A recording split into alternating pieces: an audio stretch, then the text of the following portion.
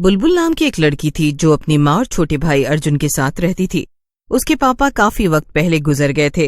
बुलबुल एक बड़ी कंपनी में नौकरी करती थी और हाल ही में उसके भाई ने भी कॉलेज में टॉप किया था। आज बुलबुल अपनी माँ और भाई के साथ बाहर खाना खाने आई थी। अरे बुलबुल बेटा, ये होटल तो बहुत बड़ा है ना, यहाँ तो हमारा बहुत ज्यादा बिल आएगा। अरे माँ, तुम बिल मत देखो, अभी तो मेरा दिल देखो, दिल। हाँ माँ, ये पार्टी दीदी सिर्फ मेरे टॉप करने की खुशी में नहीं दे रही है, बल्कि एक और खास वजह भी है। खास वजह? कैसी खास वजह? तभी वहाँ पर एक वेटर एक केक लेकर आ जाता है। केक देखकर बुलबुल की माँ हैरान हो जाती है। अरे ये क्या? ये केक भला किस लिए? अरे माँ, आपको याद नहीं है क्या, आज आपका जन्मदिन भी है। अरे मेरे बच्चों, तुम्हें ध्यान था? और क्या माँ, भला हम आपका जन्मदिन भूल सकते हैं क्या? बुलबुल की माँ ये सब देखकर बहुत खुश हो जाती हैं। इसके बाद वो लोग खाना खा के अपने अपने घर चले जाते हैं। बुलबुल अपने छोटे से परिवार में बहुत खुश थी, लेकिन कोई था जिसे बुलबुल की खुशियाँ बिल्कुल भी भा नहीं रही थीं। वो थे बुलबुल के बड़े ताऊजी। जब बुलबुल के पिता का देहांत हुआ था तब उसके ताऊजी ने उनकी सारी जायदाद हड़पने की बहुत कोशिश की थी, लेकिन सब कुछ बुलबुल की माँ के नाम होने के कारण वो कामयाब नहीं हो पाए थे। बुलबुल की माँ ने सब कुछ अपने दोनों बच्चों के नाम कर दिया था, इसलिए ताऊजी को बुलबुल के परिवार से बदला लेना था। एक दिन सुबह सुबह ही बुलबुल के घर की घंटी बजती है। अरे ये सुबह सुबह कौन आ गया है? अर्जुन बेटा, जरा जा, दरवाजा तो खोलना। अर्जुन जाके दरवाजा खोलता है तो वहाँ पर कोई भी नहीं था, बस सामने जमीन पर एक बड़ा सा संदूक रखा हुआ था। अरे माँ, यहाँ तो बस एक पुराना सा संदूक रखा हुआ है। ये सुनकर बुलबुल और उसकी माँ भी दरवाजे पर आ जाते हैं। अरे ये तो बड़ी ही अजीब बात है, आखिर ये संदूक यहाँ पर कौन छोड़ गया है? मुझे कुछ ठीक नहीं लग रहा माँ, इसे यहाँ से हटवा देते हैं। अरे नहीं नहीं, मुझे तो ये बहुत अच्छा लग रहा है, और ये यहाँ कोई छोड़ कर ही गया है ना, इसका मतलब है कि ये हमारे लिए ही है, तो क्यों ना हम इसको रख लें। नहीं बेटा, बुलबुल ठीक कह रही है, इसे हटा देते हैं। लेकिन अर्जुन अपनी जिद के आगे किसी की भी नहीं सुनता। उसे पुराने सामान का बहुत शौक था और इसलिए वो जिद करके संदूक को घर में ही रखवा लेता है। इसके बाद सब अपने अपने काम पे लग जाते हैं। उसी रात को बुलबुल और उसकी माँ एक साथ सो रहे थे, मगर अर्जुन को नींद नहीं आ रही थी। वो उठकर किचन में जाता है। ओहो, एक तो नींद नहीं आ रही है, ऊपर से भूख लग रही है, अब क्या करूं? इतनी रात को क्या बनाऊं और क्या खाऊं? अर्जुन अपने आप से ही बातें कर रहा था कि तभी पास में रखे संदूक में से कुछ आवाजें आने लगती हैं। ये क्या? ये तो संदूक में से आवाज आ रही है, चलकर देखता हूँ आखिर बात क्या है। अर्जुन संदूक के पास जाता है। पास जाने पर उसे आवाजें और भी तेज सुनाई देने लगती है। ऐसा लग रहा था मानो जैसे कोई संदूक के अंदर है जो जोर जोर से संदूक को पीट रहा हो। ये आवाज तो बढ़ती जा रही है, मुझे इसे खोलकर देखना चाहिए। अर्जुन संदूक के पास जाता है। अर्जुन बिना ज्यादा सोचे समझे संदूक को खोल देता है। संदूक खोलते ही उसमें से एक डरावनी चुड़ैल बाहर निकल आती है और अर्जुन पे हमला कर देती है। अर्जुन डर के मारे तुरंत बेहोश हो जाता है। तो यही है मेरा शिकार, चलो अब खेल शुरू करती हूँ।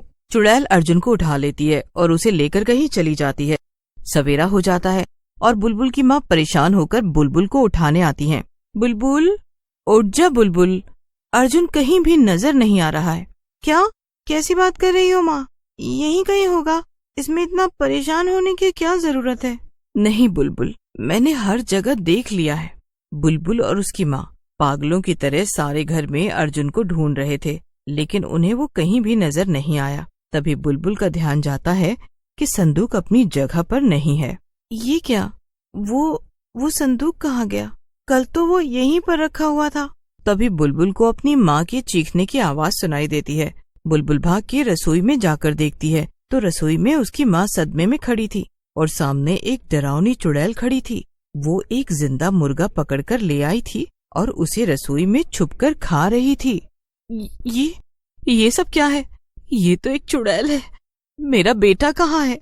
मुझे तो चक्कर आ रहा है। बुलबुल, माँ घबराओ मत माँ, मैं इससे बात करती हूँ। बुलबुल हिम्मत करके आगे बढ़ती है और चुड़ैल से कहती, कौन हो तुम और यहाँ पर क्यों आई हो? मेरा भाई कहाँ है? क्या तुमने उसे कुछ चोट पहुँचाई है क्या?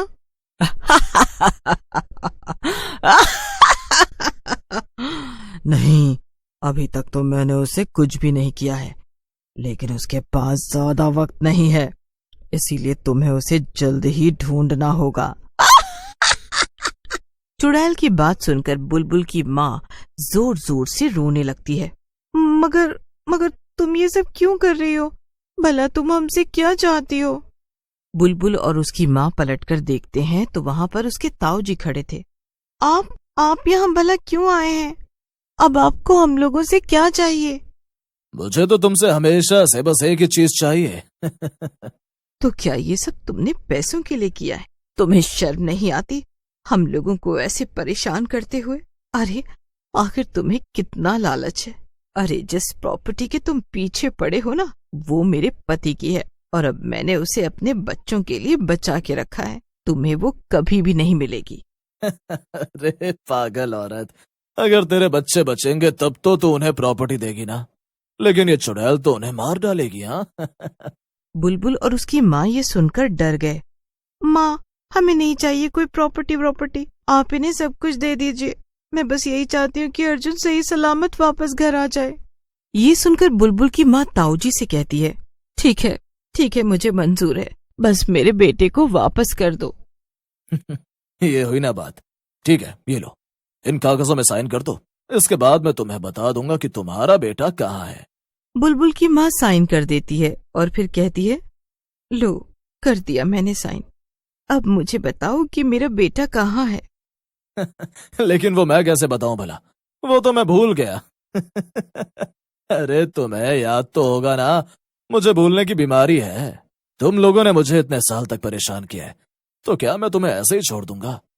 तुम्हें मुझे ये प्रॉपर्टी इतने सालों बाद देने के लिए थोड़ी सजा तो जरूर मिलेगी, और तुम्हारी सजा यही है कि तुम्हें अब अपने बेटे से हाथ धोना पड़ेगा।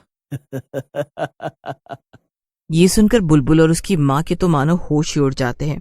बुलबुल के ताऊ जी वहां से जाने लगते हैं, लेकिन तभी बुलबुल भागकर दरवाजा बंद कर देती है। नहीं, आप जब तक हमें अर्जुन का पता नहीं बताएंगे तब तक हम आपको कहीं भी जाने नहीं देंगे। चुड़ैल ये सुनकर बुलबुल की तरफ भागती है, लेकिन तभी बुलबुल की माँ चुड़ैल के आगे आकर खड़ी हो जाती है और उससे कहती है, तुम ये सब क्यों कर रही हो? तुम्हें इस सब से आखिर क्या फायदा मिलेगा? मैं कई सालों से संदूक में कैद थी और इस आदमी ने ही मुझे आजाद किया था, इसलिए मैं इसकी मदद करके इसका एहसान उतार रही हूँ। उसके बाद मैं आजाद हो जाऊंगी और कहीं भी जा सकती हूँ। लेकिन तुम्हारा काम तो पूरा हो चुका है ना? क्या मतलब है तुम्हारा? इसने तुम्हें संदूक से निकाला और बदले में तुमने हमें डरा के हमसे सारी प्रॉपर्टी इसके नाम करवा दिया। इसका मतलब अब तुम्हारा हिसाब बराबर हो गया है ना? अरे हाँ, ये तो तू एकदम ठीक कह रही है। हाँ, अब तुम यहाँ बेवजह ही परेशान हो रही हो। तुम्हें तो अब आराम से घूमना फिरना चाहिए। अब मैं चलती हूँ। मुझे बहुत से जरूरी काम है। इतना कहकर चुड़ैल वहां से झूमती हुई चली जाती है। उसके जाते ही बुलबुल और उसकी माँ ताऊ जी पर हमला कर देते हैं।